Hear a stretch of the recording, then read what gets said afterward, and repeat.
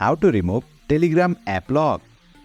Hey there, welcome to Insightful Tutorials. Have you added a passcode lock to your Telegram account and now want to remove it but don't know how? If yes, then you are in the right video. Without further ado, let's get started. Open Telegram on your device. Enter your PIN to unlock the app. You will then land on the chat section. Tap on the hamburger icon at the top. A menu will appear. Select Settings. Then select Privacy and Security. Under Security, you will see an option named Passcode Lock. Tap on it. It will ask you to enter your passcode to confirm it's you. Please enter your correct PIN. Once entered, you will be directed to this page. At the very bottom, you will see the option to turn the passcode off.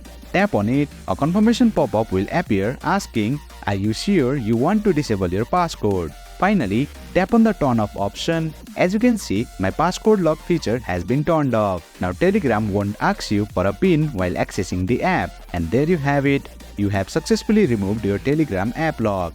That's it for today's video. If you found this video insightful, please don't forget to hit the like button and make sure to subscribe to our channel for more insightful tutorials.